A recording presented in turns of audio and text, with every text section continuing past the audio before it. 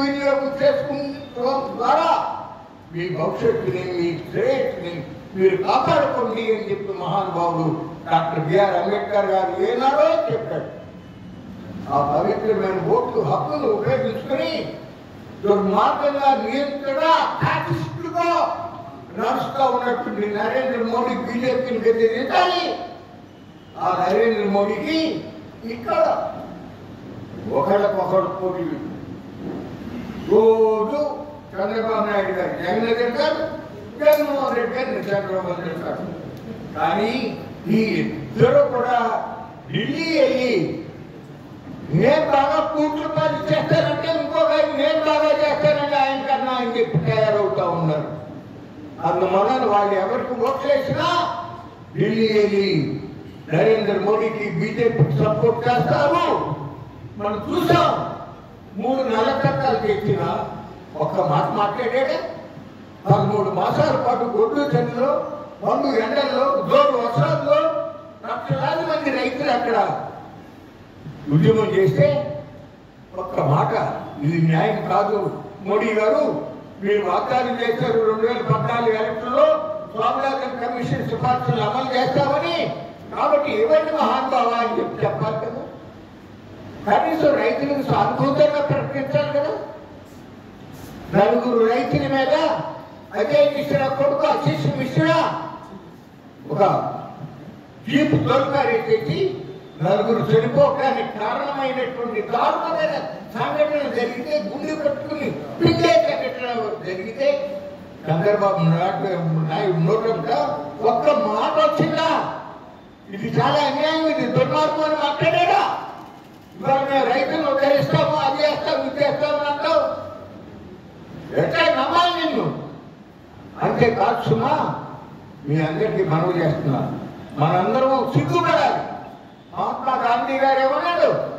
ఆ రోజున అర్ధరాత్రి మహిళ ఒంటరిగా నడిచి వెళ్ళేటటువంటి పరిస్థితి ఉన్నప్పుడే ఈ దేశానికి స్వాతంత్రం వచ్చినట్టు భావించాలి తప్ప వేరే రకంగా కాదు అని చెప్తే, మణిపూర్లో అక్కడ ఉన్నటువంటి అమూల్యమైనటువంటి అటవీ సంపద మినరల్స్ అక్కడ వాటిని అదానీ వాళ్ళకి కట్టబెట్టడం కోసం కుక్కీలకి మైకీలకి మధ్యన విభేదాలు పెట్టి, వాళ్ళిద్దరి మధ్యన కొట్లాట్లు పెట్టి అక్కడ మహిళలని అగ్రంగా ఊరేగించి మానభంగం, అత్యాచారాలు చేసి 200 మంది చనిపోవటం, 50,000 మంది ఇళ్ళు పెట్టి వేరే చోట్ల తలదాచుకుంటా ఉన్న పరిస్థితులు జరిగితే ఒక్క మాట ఈ దేశ ప్రధాని మాట్లాడాలి.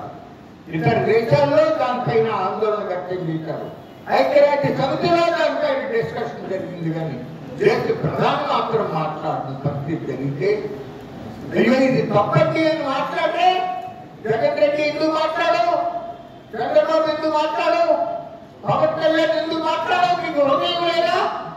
మనందరూ మన తల్లి బిడ్డలు కాదా? మనకు చెల్లి అక్కడ లేరా? బేటీ బడావో బేటీ పడావో బేటీ బచావో అని అంటాడే నరేంద్ర మోడీ.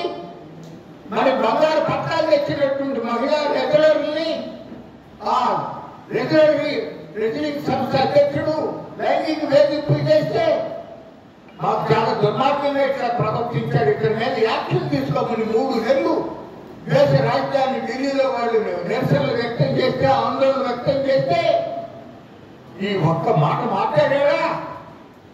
ఇంత సిగ్గులేని ప్రధానమంత్రి ఎక్కడన్నా ఉన్నాడా? ఇంత అవినీతి పరులైన వాళ్ళు ఎక్కడైనా ఉన్నాడా? అడుగుతా ఉన్నా. నేను ఎంపీగా ఉన్నా రాజీవ్ గాంధీ గారు ప్రధానమంత్రిగా ఉన్నప్పుడు. ఆ రోజు కేవలం 1,200 కోట్ల రూపాయల విలువైనటువంటి బఫర్ ప్రాజెక్టు, బఫర్ బిల్, అందులో ఒక 62 కోట్ల రూపాయలు కమిషన్ ముక్తి అనేది ఆరోపణ. ఆ ఆరోపణ మీద ఆ రోజు పెద్ద అలరి ఆగం జరిగింది. కానీ పార్లమెంట్ లో చర్చకు అనుమతించాడు Rajiv Gandhi. Joint parliamentary committee పెట్టేదాన్ని ఆమోదించాడు. చర్చ జరిగింది. ఆ రోజు ప్రజాస్వామికంగా ఆయన ప్రతిపక్షాల వాయిస్ కూడా ఆయన విలువ ఇచ్చాడు, ఆ స్వాతంత్రం ఇచ్చాడు. కానీ ఇవాళ మన్మోహన్ సింగ్ ప్రభుత్వం 526 కోట్లకి ఖాయం చేసిన యుద్ధ విమానాన్ని 1600 కోట్ల రూపాయలకి నరేంద్ర మోడీ ప్రభుత్వం కొనుగోలు చేస్తే ఎంత ఫ్రాడ్ జరిగిందో అర్థం చేసుకోండి. దానిపైన పార్లమెంట్ లో చర్చించాలి అంటే ఒప్పుకోలేదు, కమిటీని వేయాలంటే ఒప్పుకోలేదు. మీరందరూ చూశారు ఎలక్ట్రల్ బాక్సులు, మీకు ఇది నాకది డబ్బులు ఇచ్చారు, వాళ్ళకి కాంట్రాక్ట్లు ఇచ్చారు, లక్షల కోట్ల రూపాయల కాంట్రాక్ట్లు ఇచ్చినటువంటి పరిస్థితి. నేను తినను ఇతరులు తిననివ్వను అని చెప్పి ఘనంగా చెప్పినటువంటి ప్రధానమంత్రి ఇతర దేశాల్లో భారతీయులు దాచుకున్నటువంటి లక్షల కోట్ల రూపాయలు తెలంగాణ తీసుకొచ్చి ప్రతి పేదవాడి ఖాతాలో 15 లక్షల రూపాయలు జమ చేస్తానని చెప్పావే నరేంద్ర మోడీ.